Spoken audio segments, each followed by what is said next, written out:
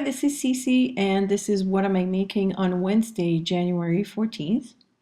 And I debated whether I should show you that page or not, but I'm going for it, and you'll understand at the end what the theme of my page is. So to start off with, I have these two pieces of paper that kind of gathered all my leftover paints and stencils and paste and whatnot and text paper that I used when I was working on another project. And I decided to use it instead of putting it in my stash, because sometimes when I do paper like this, I end up just putting it in my stash and not using it. So I'm ruffling up the edges. These are pages that are part of a bound book that I'm not using. So that's why you see all these bookbinding edges. I'm layering down a coat of Collage Podge, and in hindsight, I should have also added some Collage Podge behind those papers because they were quite warpy, and I think it would have helped me in getting those stuck down really well. But anyways, I fought with them, but I managed to get them glued as much as I could. I did not want to do a perfect job anyway, so it kind of turned out okay, but as you can see, it keeps curling.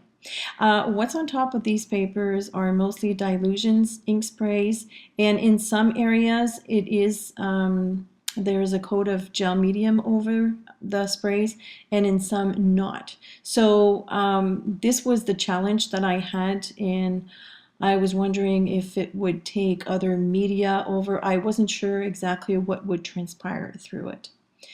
But before I'm going to do some crackle paste, but before I do that, I just decided to add some black marks around the stenciled areas. And again, this is leftover paste that I had on a stencil that I just put down on these pages. So I'm trying to bring out whatever's there just to give it more interest and also contrast, definitely contrast.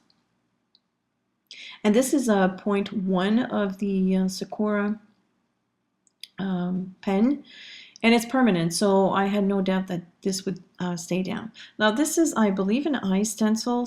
I don't remember what it's called, but I'm going to be using the crackle paste for the very first time. I've had it in my stash for a while, but I don't usually go for crackle stuff, although I do like it. I don't know, maybe it's just because I don't know how to work with it. But I'm adding a fairly thick coat, and I left some areas that are like thinner. I wanted to see what difference would be in the crackling, I guess. And then I'm going to take that stencil, transfer it onto the other page, and just use up the leftover and create some more dimension on the other page, which I'm not going to do today, but this is for future use. So as you can see, there's still a lot of crackling paste on the other page. So these are the cracks that I got from leaving it to dry overnight. They're fairly large because probably I put a lot of paste over it. Now, my Inca Golds, the ones in the little pots, are all hard. They did not stay creamy, and I'm sorry I went off camera here, but I'm basically spritzing some water to try and get the medium to, I'm trying to revive it essentially. It did not turn into an original, the paste that is you, it didn't turn out to be the original paste texture, but I was able to paint with it, and it's gold. So I wanted a pop of gold on these pages, so I'm just going over the crackling paste.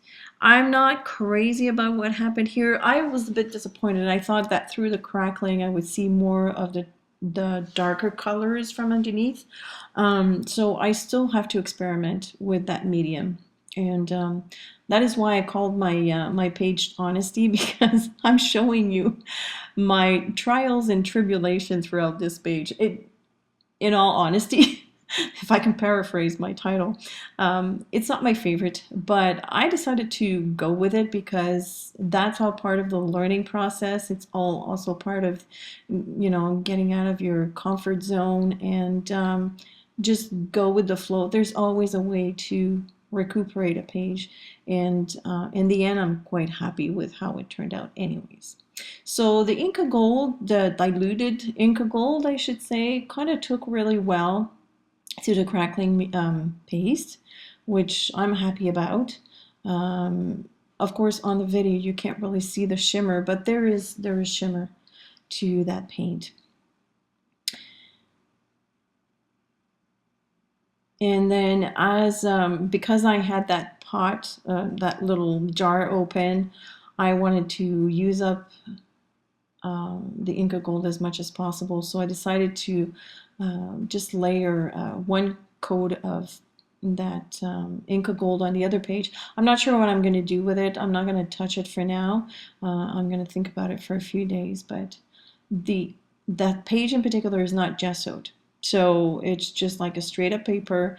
I added the crackling medium over it, and then I'm just layering the Inca Gold. And then I'm going to go with a dry rag to reveal some of those circles.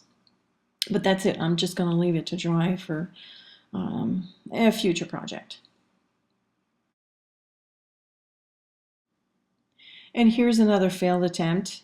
I started doodling flowers, kind of like Zentangle style, inside those circles.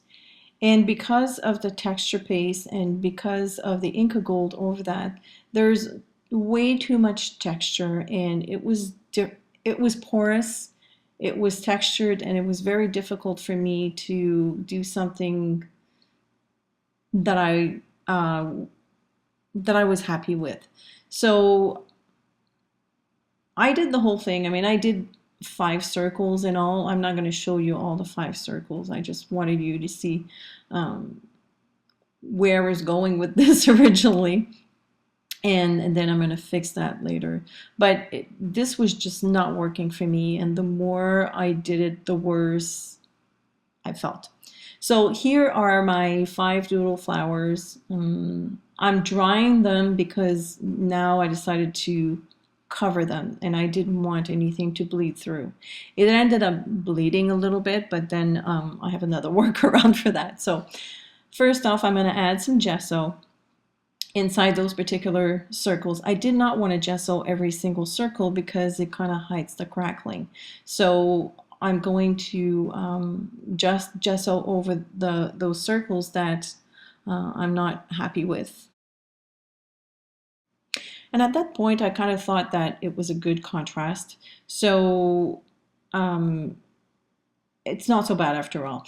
So, but because the pen started bleeding through a few of them, I decided to let that dry. As you can see, I'm working really hard to hide all the black underneath, but I let it dry, let the gesso dry, and then I added some heavy body acrylic paint from the Dina Wakley collection, which will hide a lot more than what the gesso did.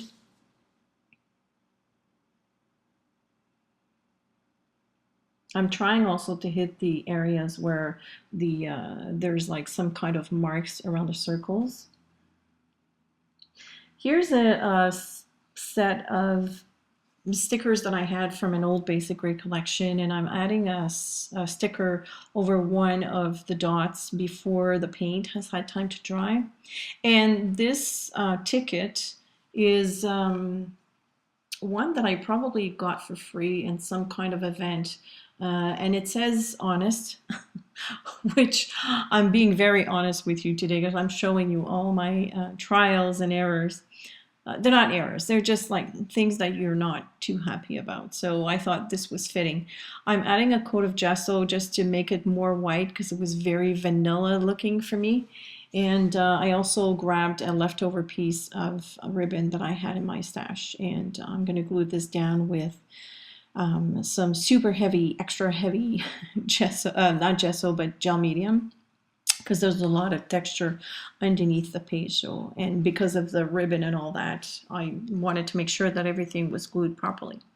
Then I'm going to go around that ticket or flashcard, I guess, with the Stabilo aquarellable black pencil, which I love. I don't know what I would do without that pencil. It makes everything pop, it corrects mistakes, it just does so many things. And now I'm going around with a brush to dilute the black and highlighting the word honest. And then I'm just going to journal inside that circle.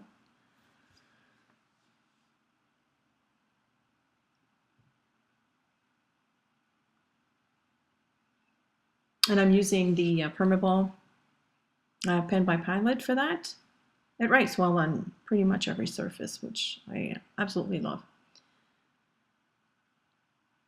Now I'm going to put the date, and I'm going to also add a bit of Stabilo pencil around those white circles just to make them pop even more. And then I'm going to call it a day, because sometimes you just have to let things be and appreciate what you went through. I really do like what I've done in the end, just because it taught me that you can always fix stuff, and not everything has to be perfect. I never pretended that my work is perfect, but you don't necessarily have to be super, super happy I've learned something, and that, I guess, is the lesson that I'm taking from that. So I'll be working more with the crackling paste, and hopefully I'll be able to talk about it more intelligently. So I hope that you've enjoyed this. As usual, thank you so much for watching. If you have any questions or comments, please feel free to leave them below, and I will see you next week.